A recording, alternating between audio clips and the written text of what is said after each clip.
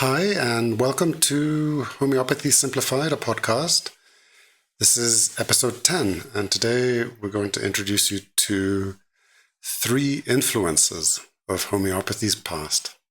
And these are 19th century homeopaths who have had a tremendous influence on homeopathy. So just about me, I'm Jonathan DeMonte, and I first discovered homeopathy through my father in the late 60s. And he was one of the great influences in homeopathic teaching during the 60s and 70s in Europe. And I was very fortunate to study homeopathy through his students. And I also became a Bowen therapist and developed a practice focusing on chronic pain and disease. And now after 27 years, I've come full circle and I'm wanting to share my knowledge. And I've made a course that is the one I wished I'd had in the very beginning of my career. And these podcasts essentially validate the course and the methodology that I'm teaching. So that's the purpose of them, is mostly to introduce people to that style of thinking about homeopathy. And the course is called Homeopathy Simplified, as is the podcast, and I hope that it does that. Here's a picture of my father, who passed in 1975. It's a bit blurry, I don't know why. Anyway, he's still a great influence as well, but not one of the great ones that I'm going to talk about now. So the 3 I'm going to talk about are really famous in homeopathy. And they, each and every one of them, added a great deal to the style of homeopathy that is still practiced today, rightly or wrongly. And I'm going to open the door to that question. So first we have Böenninghausen, Clemens Maria Böenninghausen.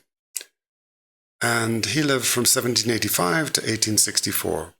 Then we have Constantine who lived from 1800 to 1880, and then James Tyler Kent from 1849 to 1916, perhaps the most contemporary here. So what's useful to know is the era of when they were around. And so in Böenninghausen's case, he was a nobleman. He was a highly educated and civilized gentleman. He had many, many interests and was very focused. Herring was a trained medical doctor from Germany who migrated to America and settled in Philadelphia. And he was a highly educated European doctor practicing in America. James Tyler Kent was really part of the new America, pre-industrial and post-industrial. So he saw the gamut of America's advancement in becoming the greatest industrial nation. And so what's important about Kent is perhaps his religious underpinnings. He was a member of a church and was very, very involved. So let's talk about each of these in a little detail and just show their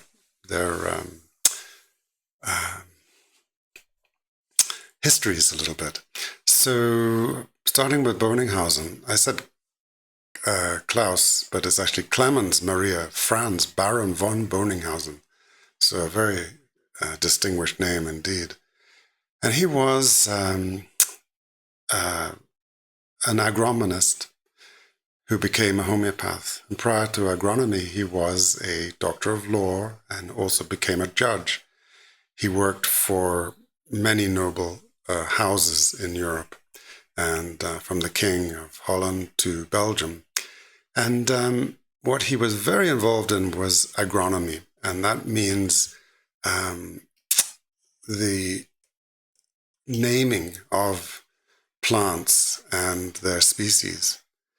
And so he's very detailed, and coming from a law background, again, a very detailed profession, a judge, very detailed profession. So he came to homeopathy through having a case of purulent tuberculosis. And he wrote to his friend, Dr. Wee, and told him that he was dying and Dr. Wee had become a homeopath and asked Böenninghausen to try homeopathic treatment. So he cured him, and Böenninghausen, greatly impressed with the treatment, took a deep interest in studying homeopathy and devoted his remaining years to homeopathy's cause. He maintained regular correspondence with Samuel Hahnemann, homeopathy's founder, and these are all well documented. And Hahnemann asked him to help collate the symptoms that he and his colleagues were discovering in the new medicines that were being developed by him. And what Böenninghausen did was create what's called the first homeopathic repertory. A repertory translates from German into meaning a storehouse of symptoms. And essentially what a repertory is for a homeopath is a list of symptoms and then all the remedies that could be cross-referenced as having those symptoms. And so a homeopath uses this type of book extensively. And so he created sections so you could look up anger in the repertory and find all the remedies that have that, and so on. He also created a grading system where, for a grade from 1 to 5, where 5 being the most indicative of that remedy having that symptom. He published a book that became well-renowned at the time and is coming back into favor now. It's called the Therapeutic Pocketbook. And what it does is make a condensification by generalizing symptoms and allowing a homeopath to very easily search for symptoms and the remedies that cover those symptoms. So he had a really profound influence, and to this day, repertories are modeled after Böenninghausen's work. So in his bibliography, we can see, that's a slide coming up. He also created a classification of characteristic symptoms of patients, and he called it a hexameter. And this is known in homeopathy as Böenninghausen's hexameter. And a hexameter is a 7-sided argument or principle. And so he named these after their Latin: quis, quid, ubi, quibus, auxilius, cur, quamado, and quando. And these translate to quis being the personality of the patient, quid, the peculiarity of their complaints, ubi, meaning the seat or location of their disease, and quibus auxilius would be the concomitant or accompanying symptoms. Cur means the causations, what brought on the illness, whether it was an accident or a fever or a chill, etc. Then quamado, I always get that wrong, thinking of Quasimodo when I see that. Anyway, this is the modalities of time, how time influences the symptoms. So for example, many symptoms of nerve pain are worse at night. Many people are stiffer when they rise in the morning. Maybe there's a sequence to the illness that every afternoon or every Sunday, that sort of thing. And then the modalities of circumstance. So this is quando, meaning those things that affect the illness or the disease or the symptom.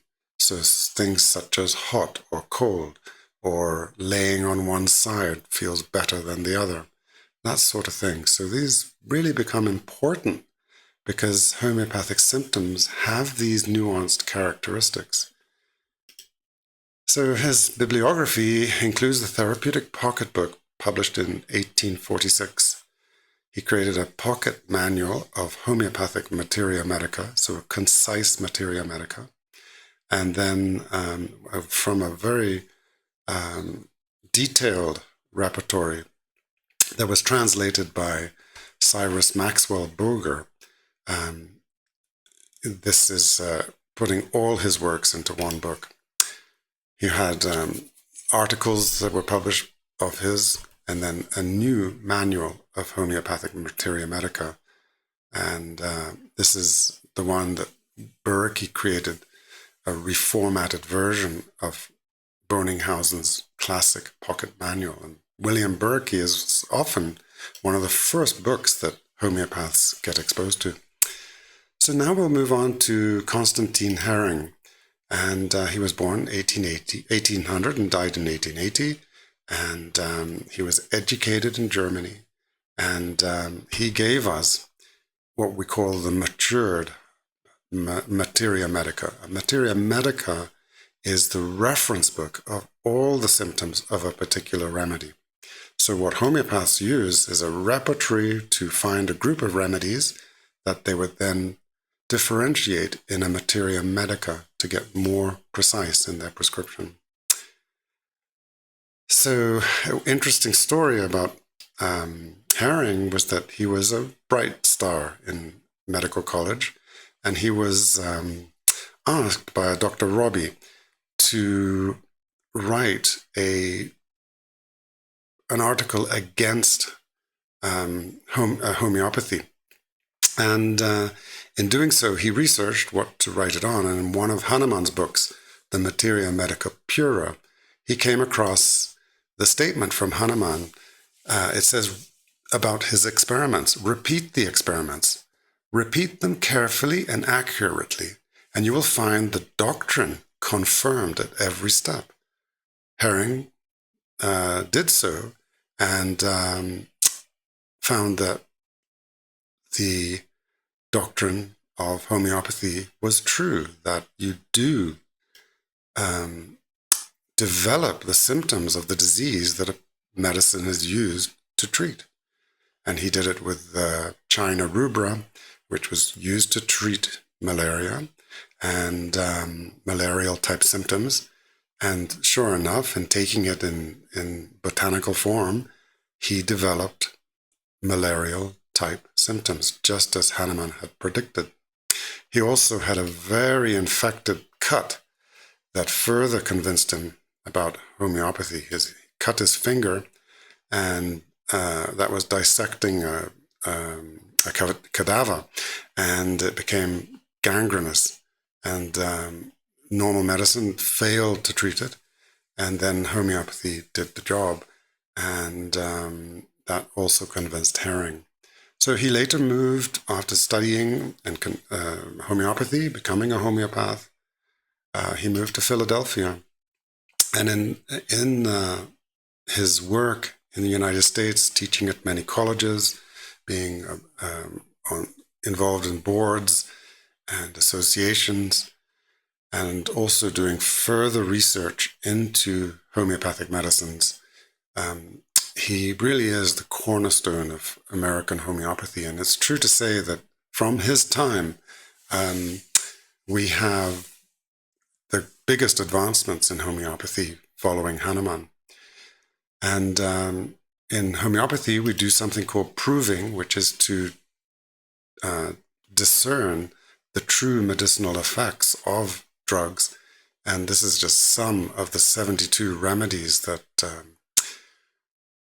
Hering did provings of with his students and followers.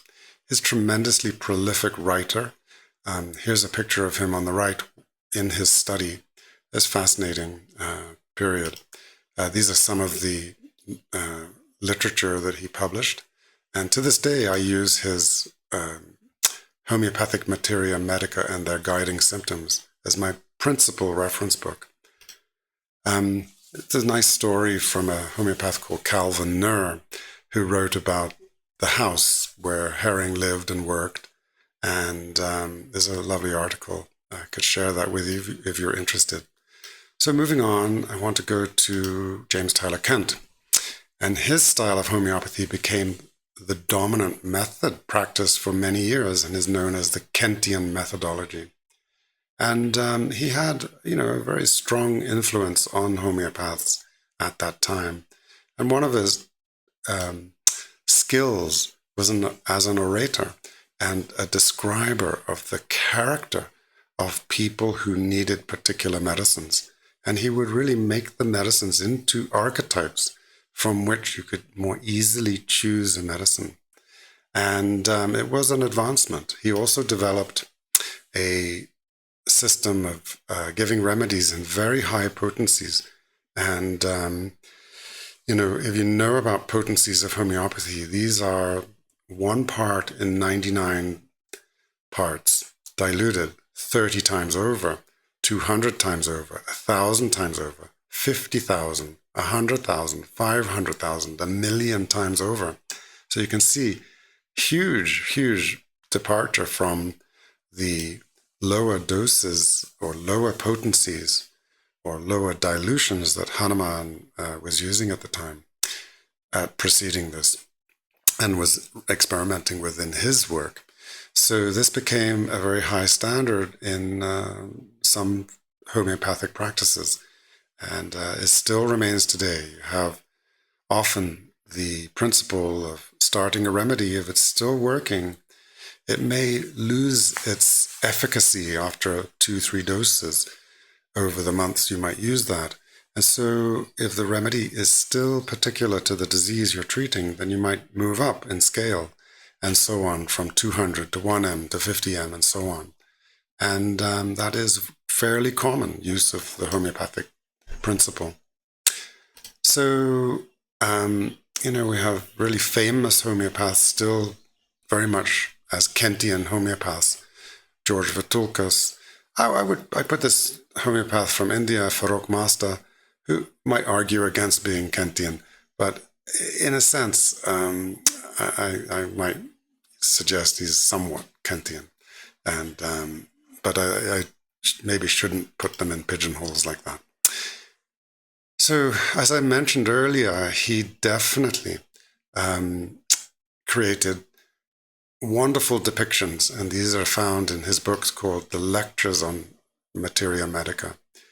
And these are romantic descriptions, rather one-sided views of remedies, and they really did create archetypes of remedies for the homeopathic profession.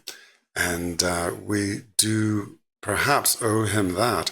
However, the problem with creating archetypes of homeopathic remedies is they become just that. We lose the other views of a remedy and the other uses of a remedy, and the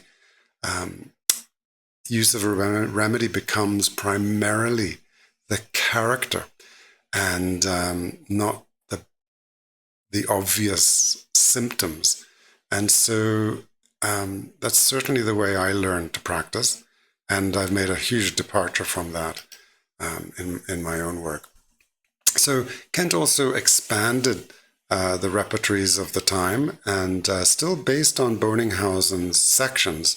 However, he greatly expanded the mental and emotional section of the book, and that was to suit the archetypes that he was writing about. It might be hard to see here, but I'll read out that if you look under anger, for example, you'll see that the symptom is not just anger, and it gives characteristic symptoms of anger, nuances of it. Perhaps it's worse in the morning, perhaps before lunch. Ailments after being angry, with anxiety, with, is that hunger? I can't read. It is too small. But the point being is that rather than having a smaller generalized section of emotional aspects of a person, such as in Böenninghausen's repertory, where he might just have anger, or it might not even be anger, it might be irritability, and it might be sadness, or it might be I'm trying to think of some of the other mental happiness.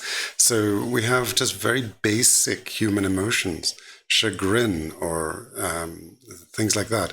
So Böenninghausen generalized and made it much easier just to say, okay, is your state of anger as a result of becoming ill? Then it's a symptom. Whereas in Kant, we have to expand the story. And quite honestly, it's very time consuming to get to the depths of a story using the Kantian method. So I would be remiss without discussing how Kant was a member of the Swedenborgian Church. And this was a church that almost completely rejected allopathy, medicine of the time, drugs and surgeries, etc. And undoubtedly, most of the Swedenborgians were homeopathic adherents. And there is a certain influence in Kant's philosophy, influenced by these Christian beliefs, and a morality that might be misleading in your inference on a patient.